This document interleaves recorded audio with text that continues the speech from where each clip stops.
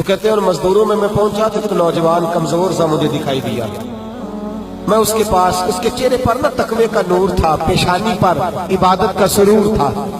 تو میں نے کہا بیٹے مزدوری کرو گے؟ کہنے لگا کروں گا لیکن میری کچھ شرطیں ہیں. تو میں نے مسکرا کے کہا، میں نے کہا بیٹے مالکوں کی شرطیں ہوتی ہیں کہ مزدوروں کی ہوتی ہے؟ کہنے لگا میں ذرا انوکھا مزدور ہوں، میری شرطیں. کہا کون سی؟ کہنے لگا لوگ 4 دینار مزدوری لیتے ہیں، میں 3 لوں گا. کہتے ہیں میں نے کہا یہ تو بڑی اچھی شرط ہے، باقی کی بھی اس طرح کی رکھ لیں. 4 لیتے ہیں، میں 3 لوں گا.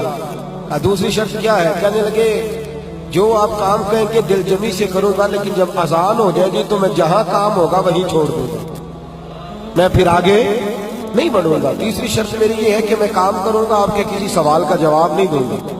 کہتے ہیں رند مزاج تھا، مجھے پسند آیا، میں گھر لے آیا، کام بتایا.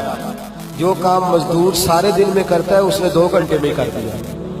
جب آدمی کام شروع کرا لے تو کام بھی نکلتے رہتے ہیں. کہتے ہیں میں نے کہا اور کر دو، وہ کام کرنے لگا. آپ فرماتے رمضان نہیں تھا، ویسے اوقات تھے، کام کرنے لگا. دوپہر کا وقت ہوا، زور کی اذان ہوئی تو اس نے مٹی نکالی ہوئی ہے بنیاد سے، نی کہتے ہیں پنجاب، مٹی نکال کے باہر رکھی. تو رستہ تھا ہمارا گزرنے کا، ادھر اذان ہو گئی.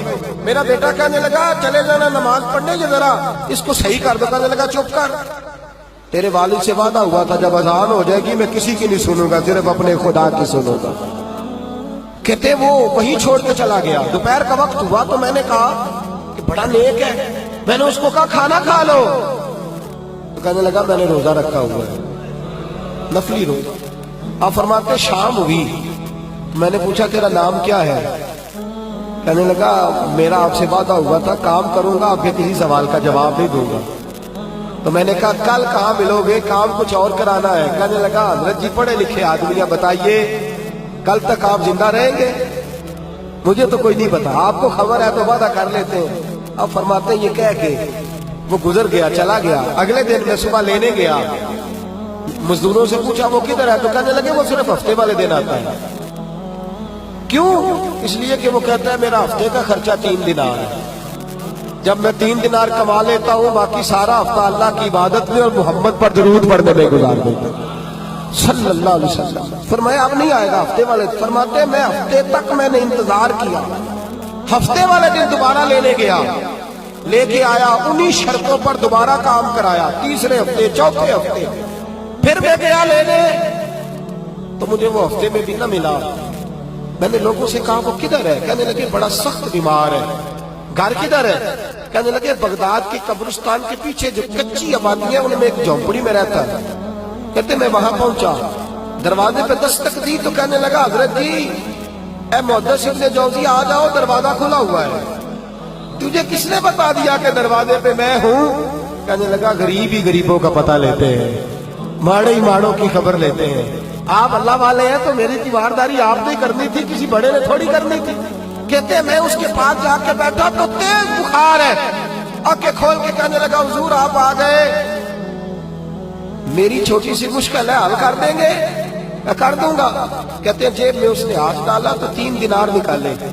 کہنے لگا میں آج رات انتقال کر جاؤں گا. عرش فرش تے بانگا ملیا، مکے پہ گئے شور، بلے شاہ سا نہیں مرنا، اے مر گیا ہی کوئی ہو، اے وارث شاہ نہیں مرتے، وارث شاہ نہیں مرتے جنہ کیتیاں نیک کمائیاں نے. اقبال کہتے ہیں موت کو سمجھے ہیں غافل اختتام زندگی، ارے یہ ہے شام زندگی پھر صبح دوام زندگی. کہنے لگا پیسے رکھ لو، میں مر جاؤں گا رات کو، یہ پیسے لے لو، کل آنا جب دن کا اجالا ہو جائے تو میرے ان پیسوں سے کفن دفن کا بندوبست کر دینا، اور اس قبرستان میں قبر کھود کے مجھے دفن کر دینا. اسی کسے دے کچھ نہیں لگ دے تے نہ کوئی ساڈا دردی، یا دفن کر دینا. کہتے ہیں پھر دوسری جیب میں ہاتھ ڈالا اور کہنے لگا یہ انگوٹھی یا ہیرے کی، مجھے جب آپ دفن کر لیں زور سے پہلے تو عصر کے بعد ہارون رشید بادشاہ نکلتا ہے سیر کر دے، اسے آواز دینا، آپ کی بات نہیں سنے گا، کہنا تیری ایک امانت ہے.